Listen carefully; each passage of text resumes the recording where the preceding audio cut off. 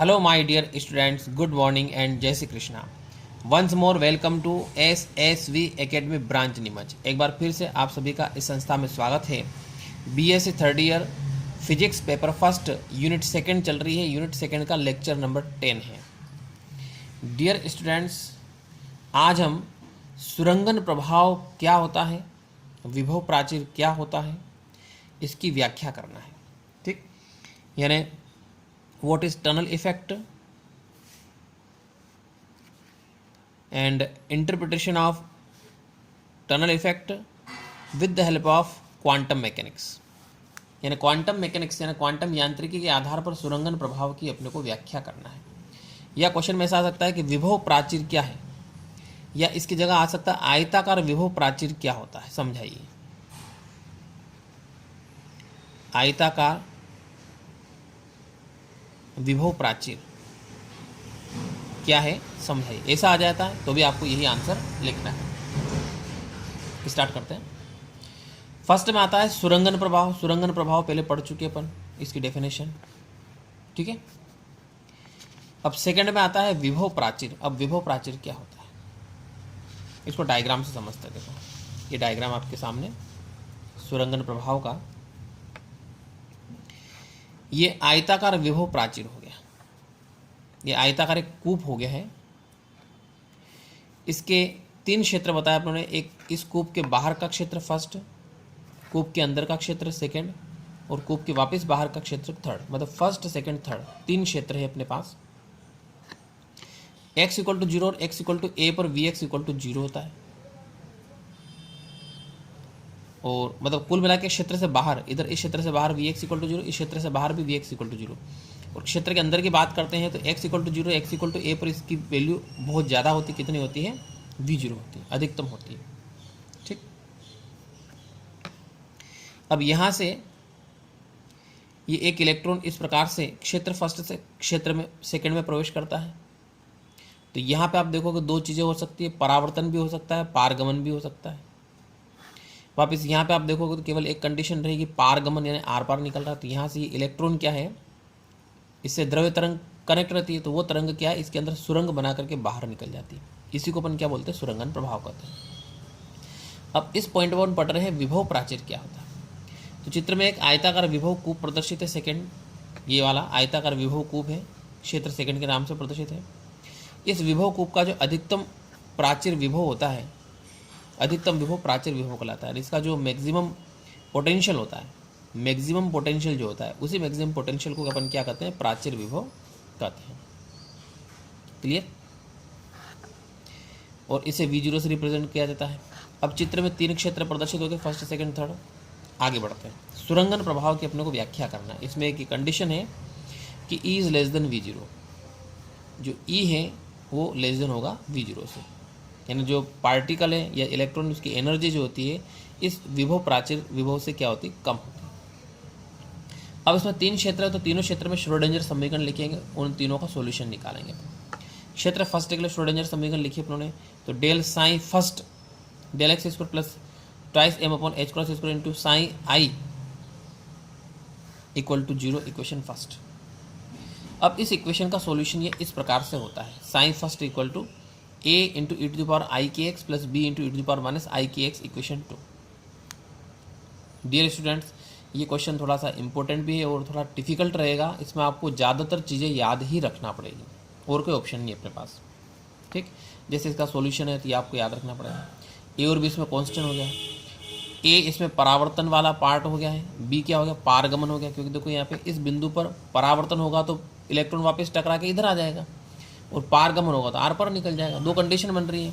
तो ए तो हो गया इसमें परावर्तन का, और बी क्या हो गया, पारगमन का हो गया, इक्वेशन 2. ये पहले क्षेत्र में अपनों ने श्रोडिंगर इक्वेशन लिखी. अब क्षेत्र सेकंड में लिखेंगे. देखिए, क्षेत्र सेकंड के लिए श्रोडिंगर समीकरण. तो क्षेत्र सेकंड के लिए अपनों ने श्रोडिंगर समीकरण लिखी है ये इस प्रकार से. क्योंकि क्षेत्र सेकंड के लिए एनर्जी क्या हो जाती है, E माइनस v0 हो जाती है. श्रोडिंगर समीकरण में E माइनस v आता है, पोटेंशियल आता है, v की जगह क्या आ गया, v0 आ गया. ठीक, इक्वल टू 0.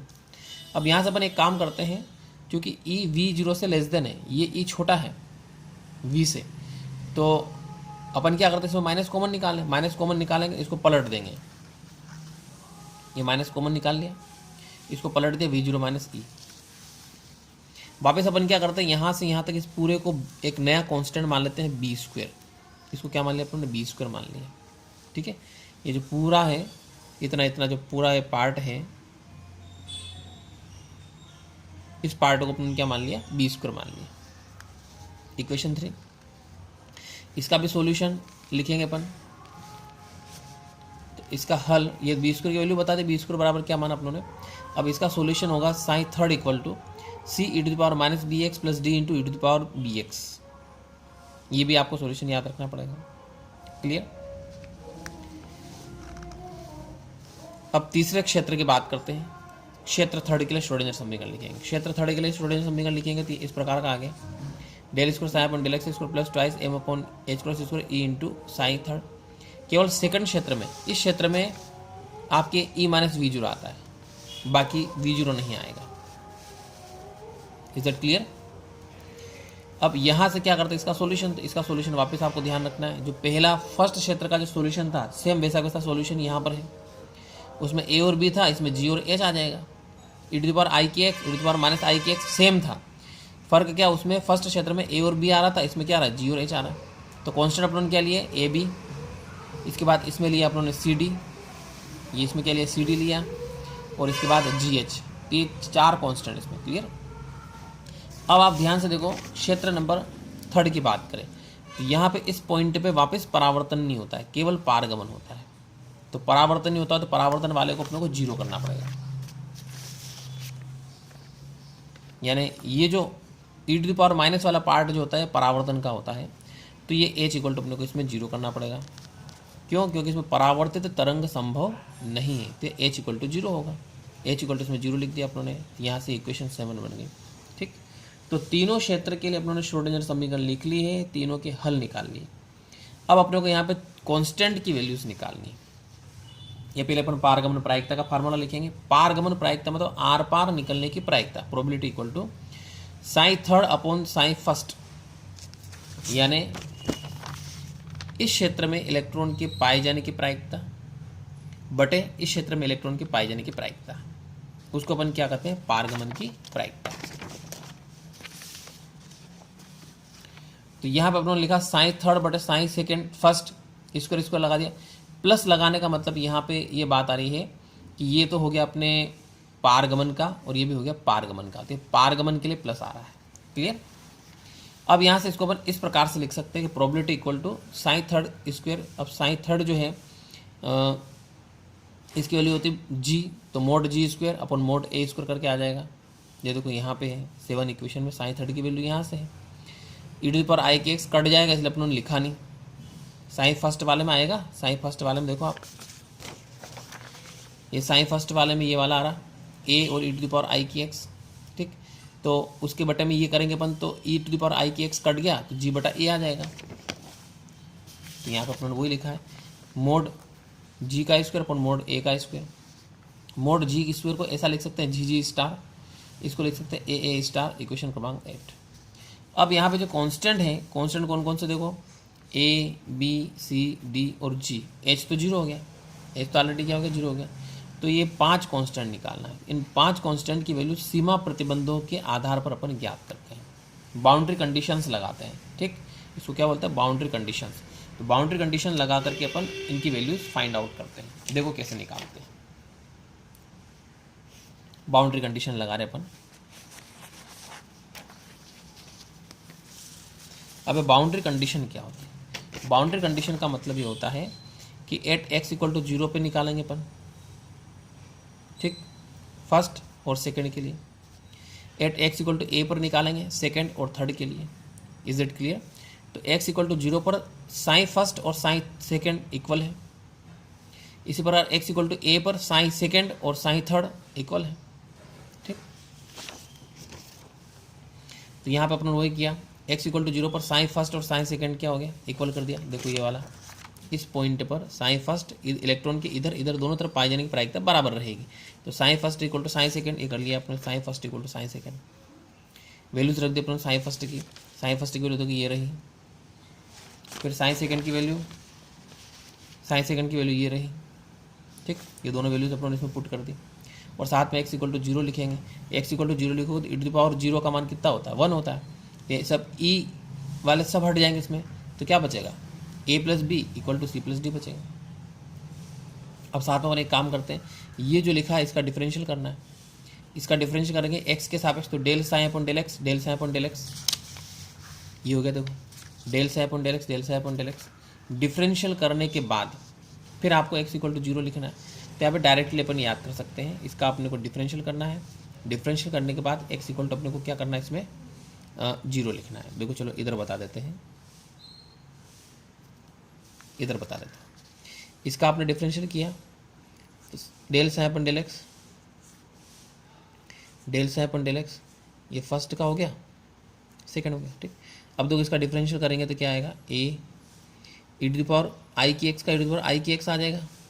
गुणांक का गुणा किया जाता है, आई के का गुणा कर देंगे अपन, फिर plus B into e to the power का वापस वो क्यों होगा, माइनस आई की एक्स, गुणांक का गुणा करते हैं तो माइनस आई की ओर आ जाएगा। इसी प्रकार इधर भी करेंगे अपन, c into e to the power minus B x का करेंगे तो वो क्यों आएगा, गुणांक का गुणा कर लो, माइनस बी का गुणा कर लो, फिर plus D into e to the power B x का करेंगे तो e to the power B x, गुणांक का गुणा कर लो, बी कर लो, ठीक। और इस पूरे में एक्स इक्वल टू 0 लिख दो। तो आप डायरेक्ट याद कर लो, आप ये वाली इक्वेशन आएगी। जैसे आप एक्स इक्वल टू 0 लिखोगे, a minus b equal to i b upon k c और i b upon k d, इस टाइप से आपकी एक इक्वेशन बनेगी। तो इक्वेशन 9 और इक्वेशन क्रमांक 10 बन गई। अब ये अपने 9 और 10 दोनों को प्लस करना है, इन दोनों को प्लस करना है। तो इन दोनों को एक साथ लिख दिया अपने, देखो इन दोनों को इस प्रकार से एक साथ लिख दिया। प्लस करने पे बी से बी कट जाएगा, तो यहाँ पे आ जाएगा आपके 2a इक्वल टू, इन दोनों में से सी कॉमन निकाल लिया, फिर प्लस इन दोनों में से डी कॉमन निकाल लिया अपनों ने, तो यहाँ से बचेगा 1 प्लस आई बी अपॉन के और यहाँ पे से बचेगा 1 माइनस आई बी अपॉन के। इक्वेशन क्रमांक 11 हो गई, क्लियर। अब यहाँ से अपने को ए की वैल्यू कब फाइंड आउट हो सकती है, जब सी और डी की वैल्यू पहले से पता हो, ठीक है। अब देखो सी और डी की वैल्यू निकालने के लिए अब सेकंड कंडीशन लगाते हैं। अभी अपनों ने क्या लगाया था, x इक्वल टू 0 पर बाउंड्री कंडीशन लगाई थी, psi first equal to psi second किया था। अब x इक्वल टू ए पर बाउंड्री कंडीशन लगाएंगे तो sine second equal to sign third करेंगे, ठीक। देखो ये sine second equal to sign third किया, साथ में इधर इसका डिफरेंशियल कर लिया, साइन सेकंड का डिफरेंशियल और साइन थर्ड का डिफरेंशियल, क्लियर।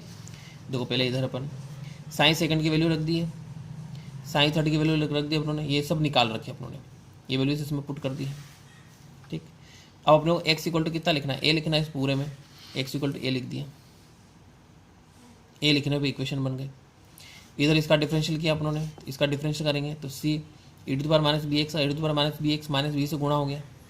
इसके बाद इसमें e to the power B x, तो b का वापस गुणा हो जाएगा, फिर equal to g into e to the power i k x, आई ए का फिर से गुणा हो जाएगा। और x की जगह आपको क्या लिखना है, a लिखना है इस पूरे में, x की जगह a लिख दो, पूरे में x की जगह 1 लिख दिया। इक्वेशन क्रमांक कितनी हो गई, 13 हो गई। अब 12 और 13 सी और डी में समीकरण, तो ये भी सी और डी में समीकरण, ये भी सी और डी में समीकरण है, मतलब इन दोनों को सोल्व करेंगे तो सी और डी की वैल्यू आपको मिलेगी, ठीक है।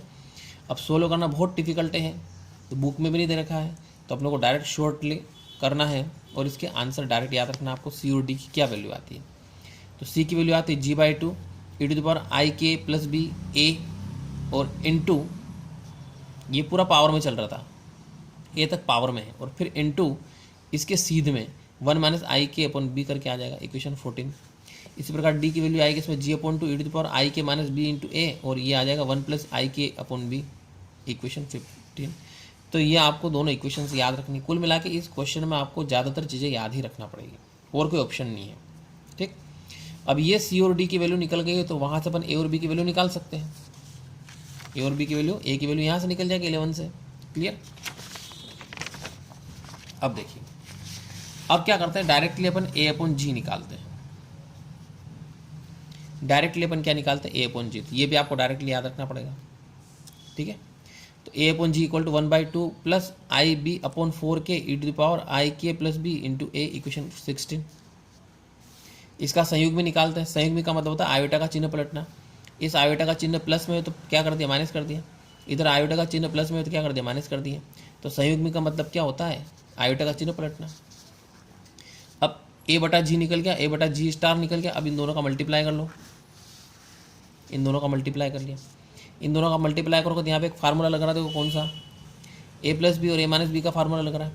तो ए प्लस बी इंटू ए माइनस बी बराबर क्या होता है, ए स्क्वायर माइनस बी स्क्वायर, तो 1/2 का स्क्वायर और इसका स्क्वायर करेंगे अपन, तो 1/2 का स्क्वायर कर दिया 1/4, और इधर आई स्क्वायर बी स्क्वायर अपॉन 16 के स्क्वायर, और बाकी इसमें आप देखोगे इन दोनों का आप गुणा कर रहे हो तो e टू द पावर, अब इसमें a तो कॉमन निकल जाएगा और i के से i के कट जाएगा, तो ए बी और ए बी कितना हो गया, 2ab हो जाएगा। यहाँ पे e टू द पावर क्या हो गया, 2ab हो जाएगा। अब ये हो गया आपके ए स्टार और जी स्टार हो गया, ये हो गया ए स्टार जी स्टार। और यहाँ पर अपन क्या करेंगे, 16 एलसीएम लेंगे, के स्क्वायर एलसीएम में नहीं लेना है, केवल 16 लेना है। तो यहाँ पे 4 प्लस बी स्क्वायर अपन के square into e to the power 2ab करके आ जाएगा। अब ये जो आ रहा है ये प्रोबेबिलिटी आ रही है, लेकिन ये उल्टी आ रही है। देखो ये अपने प्रोबेबिलिटी का फार्मूला क्या होता है, जी स्टार अपॉन ए स्टार, और इधर क्या आ रहा है, ए स्टार अपॉन जी स्टार, उल्टा आ रहा है। तो अपन एक काम करते हैं, इसको 1/p कर लेते हैं, अपन भी उल्टा लिख लें। अपनों ने इसको क्या कर लिया, उल्टा लिख दिया, बाकी ऐसा एज इट इज़ है ही। अब यहाँ से प्रोबेबिलिटी निकाल दे तो वापस इसको उल्टा करेंगे अपन, तो 16 ऊपर चला जाएगा और ये पूरा नीचे आ जाएगा, और ई टू द पावर घात जो है चिन्ह पलट जाएगा, माइनस में आ जाएगा। इक्वेशन 18 निकल गया। तो यहाँ से आपकी प्रोबेबिलिटी निकल गई है। अब क्या होता है इसमें, किंतु यहाँ पे b/k जो चल रहा है, b/k चल रहा है, तो इसकी स्क्वायर इक्वल टू v0/e-1 ऐसा होता है, ठीक होता है। तो ये वैल्यूज इसमें पुट करके, और साथ में इक्वेशन 18, ये जो समीकरण 18 आ रही के गुणांक मान को एकांक माना जा सकता है, इसके गुणांक मान को एकांक माना जा सकता है। इसका मतलब यहाँ से डायरेक्टली आपके प्रोबेबिलिटी का फार्मूला निकलेगा। अब ये भी आपको फिर डायरेक्टली याद रखना है, probability p equal to e to the power √2m v0 minus e, और रूट से बाहर a/h क्रॉस। क्लियर। अब यहाँ से दोनों तो पक्षों पर लॉग लेते हैं, तो log p equal to log लेने से क्या होगा, इसमें ये आगे आ जाएगा, ठीक है। तो -2 और log e का मान 1 होता है, इसलिए छोड़ दिया अपनों ने। यहाँ पर भी 2 आता है इसमें, ये 2 इसीलिए आ रहा है, ठीक है। तो ये 2 और √2m v0 minus e a/h cross करके आ जाएगा, माइनस भी आएगा साथ में। Is it clear. यहाँ से लोग p की वैल्यू निकल के अपने, यानी पावर आगे आ जाएगी, लाग ये पावर पूरी आगे आ गई, पावर पूरी आगे आ गई। और log e का मान 1 होता है, इसलिए e लिखा ही नहीं अपनों ने, यहाँ से इतना हो गया। अब यहाँ से जो b होता है स्मॉल b, तो स्मॉल b की वैल्यू आपको याद रखनी है √2m v0 minus e/h cross, equation 20, ठीक है। तो ये आपके log p और b, ये दो चीज़ें निकालनी थी। ये प्राचीर विभव के लिए b निकाला अपनों ने, और ये प्रोबेबिलिटी निकालनी है, प्रायिकता, ठीक है। तो डियर स्टूडेंट्स, ये क्वेश्चन थोड़ा लेंथी है और इसमें आपको बहुत सारे पॉइंट्स याद रखने पड़ेंगे, लेकिन अपने पास और कोई ऑप्शन नहीं है, इंपॉर्टेंट भी क्वेश्चन है, तो ये आपको जिससे तैसे करना है।